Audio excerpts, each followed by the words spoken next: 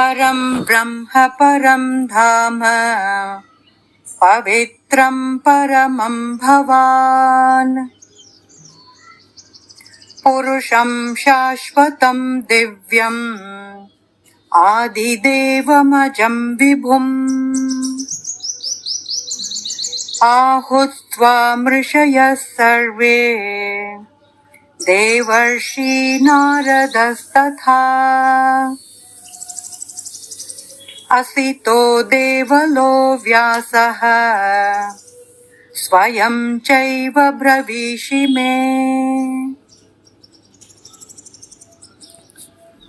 అర్జునుడు ఇలా అన్నాడు, నీవే పరబ్రహ్మము, పరంధాముడువు, సర్వోన్నతమైన పవిత్రమునొచ్చేవాడివి, నిత్య సనాతన భగవంతుడివి, ఆది పురుషుడివి, జన్మరహితుడివి మరియు అత్యున్నతమైన వాడివి. మహర్షులైన నారదుడు, అసితుడు, దేవలుడు మరియు వ్యాసుడు వంటి వారు ఇది చాటి చెప్పారు.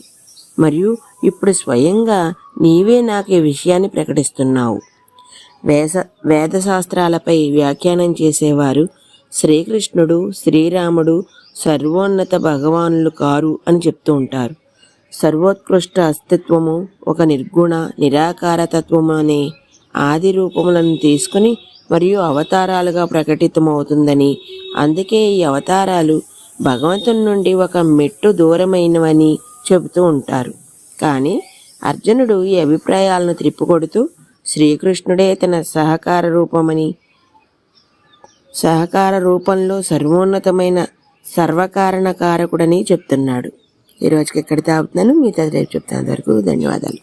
అందరికీ ఎంఎస్ హ్యాండ్లూమ్స్కి తిరిగి స్వాగతం.